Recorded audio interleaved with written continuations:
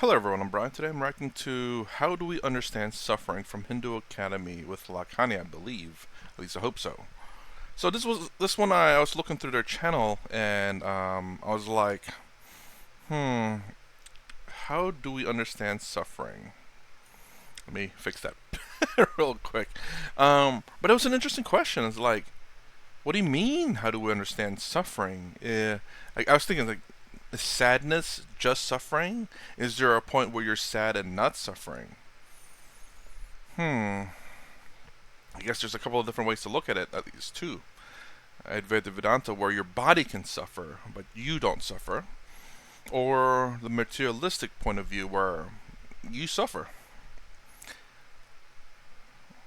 Which is my preferred way of looking at things. Again, if you understand in terms of Advaita Vedanta that you are already enlightened, that your true self does not suffer, then there's no point in worrying about it. There's no point in worrying about your true self. Worry about your false false self, so that that also doesn't suffer as much as possible. That's what my focus is on. I mean, it's kind of like there's a perfect being out there, and you're trying to make the perfect being more perfect. It's like, no, perfect being's already perfect. You don't have to worry about the perfect being. It's the imperfect being that you have to worry about because it's imperfect. And the imperfect being you want to be as perfect as possible. It will never be perfect, but as perfect as possible. So maybe the perfect being will never suffer, won't have any karma, won't have any emotions or anything like that, no attachments. But the imperfect being will, and this is for me, the problem that needs fixing. It will never be fixed, I guess. But at least there are solutions to problems that will help.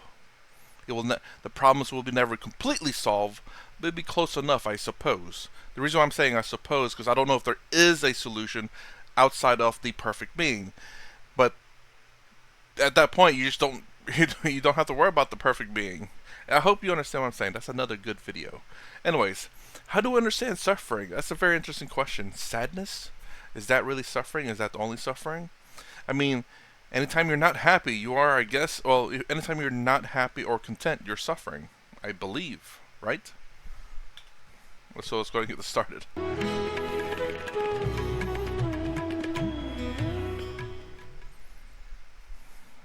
No CC.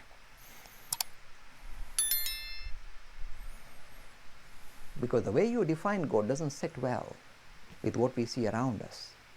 So this is the atheistic's challenge. You must take them, don't be frightened. Your religion is going to disappear if you challenge it. It's nice to explore these things without getting frightened. So here is the atheistic lobby. And of course the people you'll meet are people like, say, Richard Dawkins, very famous with God delusion. This is his argument. Or people in the humanist lobby. Humanists are lovely human beings, but we don't like God issue. We don't like religion. We don't like God. We just want to be good human beings. And we don't believe in a God. We don't think there's a God in fact. So this is called atheism. And this is the biggest reason they give is suffering. And you can see why. Even I would say, oh dear, this is terrible. See, you have to think like that. And then I said the second bunch of people you're going to meet are agnostic. Agnostic means saying we don't know. Now be very careful. There are two ways of defining an agnostic. You can say people who say we don't know, so we are ignorant about it, so we just can't say there's a God or there is no God. And there's a second bunch of more better thinkers who say you cannot actually ever, in the normal way that you can say I know this bag or I know this carpet or I know this tree, in the same way you will never be able to know God in the same manner. This is another kind of agnostic. It means it is not knowable in the normal sense, like I see this tree and the wood and house and all that. In the same way I can never see God. So these are called agnostic, who said God can never be known in the normal sense of the word. This is the more mature agnostic. So you've got two kinds of agnostic. Ones who say we don't know because we have not investigated it, we don't know enough about it. There's one kind of agnostic saying I don't know. The more serious one says actually you will never be able to know God in the same way as you can see the tree and the house and so on. These are the more mature agnostics. Well, I wonder if in that point that they do believe in God, but they just know that they can never define it. So I don't think that would be agnostic at that point, because it's. I guess there's two. I guess, like I said, two ways. There's the positive and the negative of the agnostic. The positive is what he's talking about. The negative is I don't know. I'm more of the I don't know part. I was thinking about, am I atheist? I say I am, but that doesn't mean that, if God comes down and He proves to me without a shadow of doubt that He is a God, then I would change my mind, no problem. So I don't know if atheist is a hard, there's no God ever at all and nothing can ever change my mind. If that's the case, I'm not that. Then I'd be into more of the agnostic atheist part, where is there a God right now? No. If a God comes down and proves to you without a shadow of doubt that it is God, will you change your mind? Yes. So I'm in that ballroom, wherever that fits in. But it sounds like the second part's, again, like I said, more on the positive side, where it's a bit more in the believe side than the not believe side. Again, the positive agnostic versus the negative agnostic, which is it's more for neutral. I will say that I don't know. What do we know for sure that God doesn't exist? I'll say no, I don't know. Honestly, I don't know. There could be one out there, but at the moment, I have not seen one. So at the moment, there is no God. Can something change my mind? Absolutely. So this is the second bunch of people. Then we got the third bunch of people who say we are believers. Oh yeah. Well. And the word we use is theistic, means they believe in a theos, a almighty God. These are the believers, the third group of people. Now a tussle always arises between the three groups, trying to say who is right. The atheist saying no God, agnostic saying we can never be sure and we can never see God in the normal way as you see the world, and the theists who say, oh no, there is definitely a God. How do you resolve three different groups of people sitting side by side? Now you see, this is where Hinduism flies its flag. It comes out very, very mature, very honest, and it gives marvelous interpretation of why you have these three camps of people and how you reconcile them. Hinduism is a very mature religion. So before I even explore and show you where Hinduism comes in, I'm going to now show you the various arguments offered by various groups to prove their point of view. So the atheistic argument is very blatantly saying suffering. This is the problem.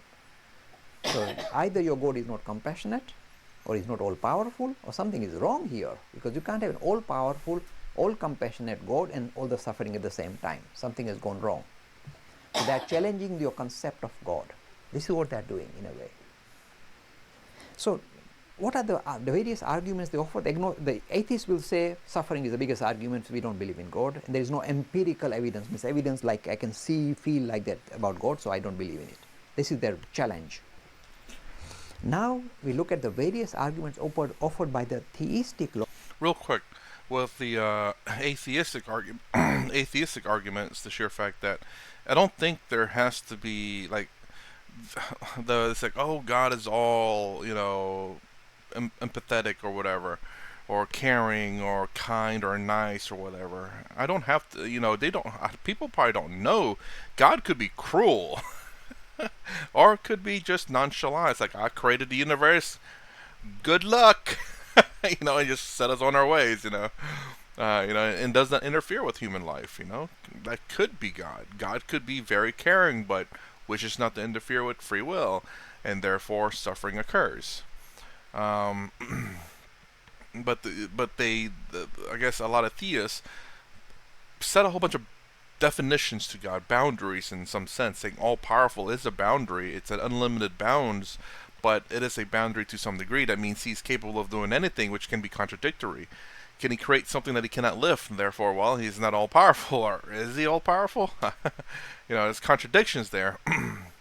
But again, maybe he's able to create a lot of things, but maybe there is limitation to his power. And again, regardless, to put like he's kind and generous God would be very humanizing of him, and we don't know if God is cruel, God doesn't care, or God's all loving, or God just completely forgot about us. It's like trying to find us in this big old dust storm. It's like, oh my gosh, I lost it again. It means people who want to believe in God to try and counter them. You see how far they manage, they succeed, or where they fail, and where Hinduism comes in. You'll be surprised. Hinduism is a very well thought out religion. These challenges don't bother it. It is used to these challenges and to respond in a very powerful way. You'll see how as we go along. So first of all, the theistic lobby will say, the reason we can be sure about God is, look, don't you see? You look around the universe. Everything happens because there's a cause behind it. The reason why I'm here is because the British Rail or the overground train brought me here, and you collected it from the station. Everything had to combine together for me to be sitting here and talking to you. And things started a long way back, when my father got married to my mother. So it started a long way back. But all these things had to combine together for me to be here. Okay. Okay. I was like, how do we understand suffering? I don't think that was answered. And this ended so quickly. I was hoping he would say something about what Hinduism was involved with this. How does it reconcile all three points of views? I mean, again, my understanding, at least from that, is that Hinduism, how it reconciles, is the fact that it accepts all points of views, and you try to find your true self. That's all that matters. So, if you're atheistic, agnostic, or theist, then it all fits into Hinduism. That's the reason why I love it, and the reason why I love it as well is because everyone can find their own path. Every individual's person's truth is their own truth and no one else's. It's not a external materialistic truth, it's more of an internal truth. So it's something that can only ever apply to you and no one else. To say that, Advaita Vedanta works for you, but it works a little bit differently because, how you got your truth may not work for another person. Huh. How to understand suffering? I don't think that was ever. I don't think that was ever answered or asked. Kind of. Unless I missed it, let me know. And how do you understand suffering? My simplistic version of this is just that if you're not happy or content, you're probably suffering. I guess that's pretty simple. That's pretty straightforward, honestly. I mean, if you're not happy and you're not content, you must be suffering. Right? Anyways, if you like my content, please consider subscribing. Thumbs up this down below. Thanks for watching. I will see you in the next vid.